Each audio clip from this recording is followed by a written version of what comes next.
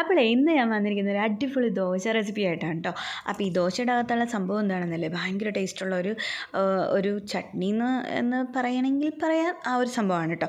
അപ്പോൾ അതിന് നമ്മൾ ഒരു മിക്സിയുടെ ജാർ എടുത്തിട്ട് അതിലേക്ക് ഒരു 1/4 കപ്പ് തേങ്ങയും പിന്നെ ഒരു 2 മീഡിയം സവാളയും, നമുക്കിതിൽ സവാളയാണ് കേട്ടോ കൂടുതലായിട്ട് ചേർക്കേണ്ടത്. അപ്പോൾ ഒരു 2 മീഡിയം സവാളയും ചേർത്ത് കൊടുക്കുക. എന്നിട്ട് അതിലേക്ക് 1 സ്പൂൺ കാശ്മീരി ചില്ലി പൗഡറും പിന്നെ ഒരു 1/2 ടീസ്പൂൺ ചതച്ച മുളകും കൂടി ഇട്ട് കുറച്ച് ഉപ്പും കൂടി ഇട്ട് നന്നായിട്ട് ഒന്ന് അരച്ചെടുക്കണം, ഒരു 1/4 ഭാഗം അരയുന്നത് വരെ.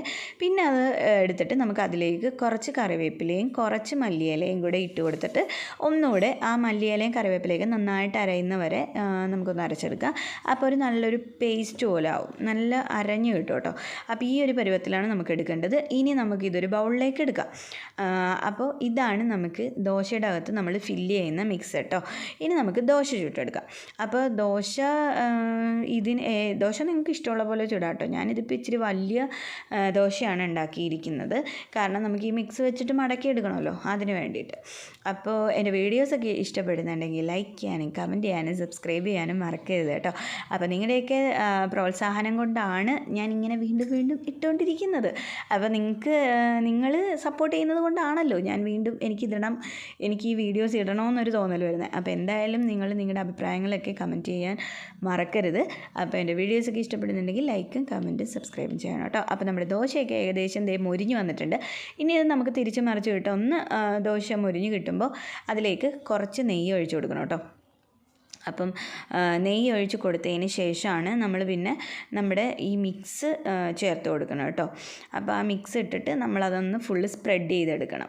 അപ്പോൾ ഇത് ദോശ തിരിച്ച് മറിച്ചിട്ടിട്ടുണ്ട്. ഇനി ഇതിലേക്ക് കുറച്ച് നെയ്യ് അങ്ങ് ഒഴിച്ച് കൊടുത്തിട്ട് ഇതിലേക്ക് നമ്മുടെ ആ ഒരു മിക്സ് ഉണ്ടല്ലോ, നമ്മൾ ചട്നിയായിട്ട് അരച്ച് വെച്ചേക്കുന്ന ആ ഒരു മിക്സ് അതിട്ടിട്ട് ഇത് മൊത്തം ഒന്ന് സ്പ്രെഡ് ചെയ്ത് കൊടുക്കണം.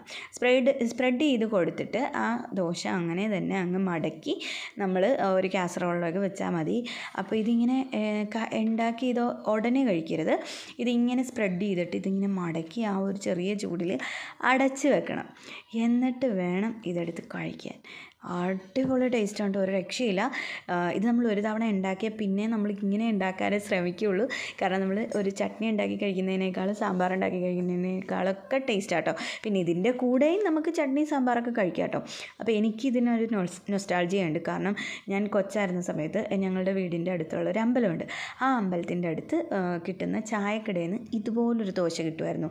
എൻ്റെ അച്ഛൻ്റെ അനിയൻ രാവിലെ പോയിട്ട് വരുമ്പോൾ മേടിച്ചുകൊണ്ട് വന്ന് തരുമായിരുന്നു.